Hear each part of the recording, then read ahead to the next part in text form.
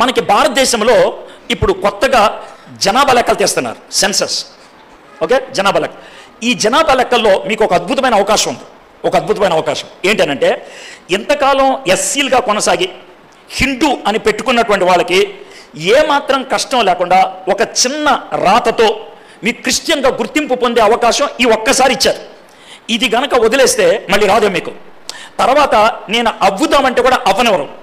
తర్వాత వచ్చేటువంటి ప్రభుత్వం ఎంత కఠినంగా ఉంటుందో మీకు తెలిసిందే. కొన్ని సంవత్సరాల నుంచి చెప్తున్నాను, నన్ను ట్రోలింగ్ చేశారు చాలామంది, నన్ను చెడ్డగా చూశారు, ఇదేంటి ఇలా మాట్లాడుతున్నారని.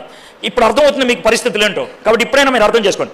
అయితే ఇప్పుడు మనకి ఇచ్చినటువంటి జనాభా లెక్కల్లో పైన క్వశ్చన్స్ ఉంటాయి, అయిపోయిన తర్వాత ఫ్యామిలీ డీటెయిల్స్ కోసం ఒక పట్టీ ఇచ్చారు, ఒక టేబుల్. ఆ టేబుల్లో 9వ కాలం మతం, రిలీజన్ పెట్టారు.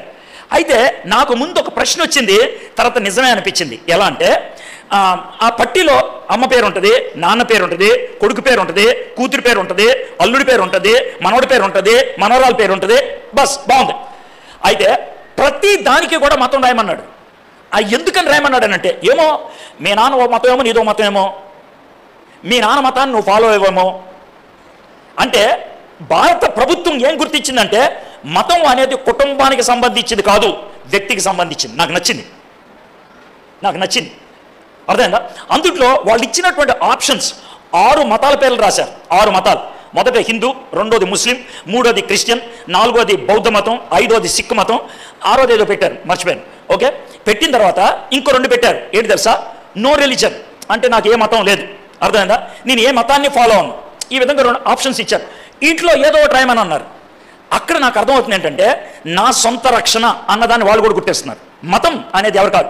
సరే, ఈ టైంలో మీకు ఎందుకు చెప్పానంటే, ఇక 3 రోజుల్లో ఇది జరుగుద్ది. 3 డేస్లో అయిపోద్ది భారతదేశంలో, ఆంధ్ర రాష్ట్రంలో. మిగిలిన చోట అవ్వదు కానీ, ఎందుకంటే ఆంధ్ర రాష్ట్రంలో వాలంటీర్స్ ఉన్నారు. సో మీరు ధైర్యంగా క్రిస్టియన్ అని రాస్తారనుకోండి, మీకు వచ్చేస్తుంది క్రిస్టియన్గా. ఇంకా మిమ్మల్ని ఎవరు అడగడం, మీకు సర్టిఫికేట్ వచ్చేస్తుంది, చాలా ఈజీగా అయిపోద్ది. లేదు సార్ నాకు రాయితీలు పోతాయి, నాకు ఉద్యోగాలు రావు అని అనుకుంటే యేసు ప్రభువుని వదిలేసాయి. నేనేమంటలేదు, నేనేం బలవంతంగా చేయట్లేదు. ఓకే, నువ్వు హిందూగా చలమని అయిపో, జై శ్రీరామ్ అను, అయిపోయింది, నో ప్రాబ్లం, దానికి ఏం ప్రాబ్లం లేదు. అయితే నేను ప్రైజ్ ది లార్డ్ అంటాను, కానీ నాకు మాత్రం ఇవన్నీ కావాలి అని అంటే కుదరదు.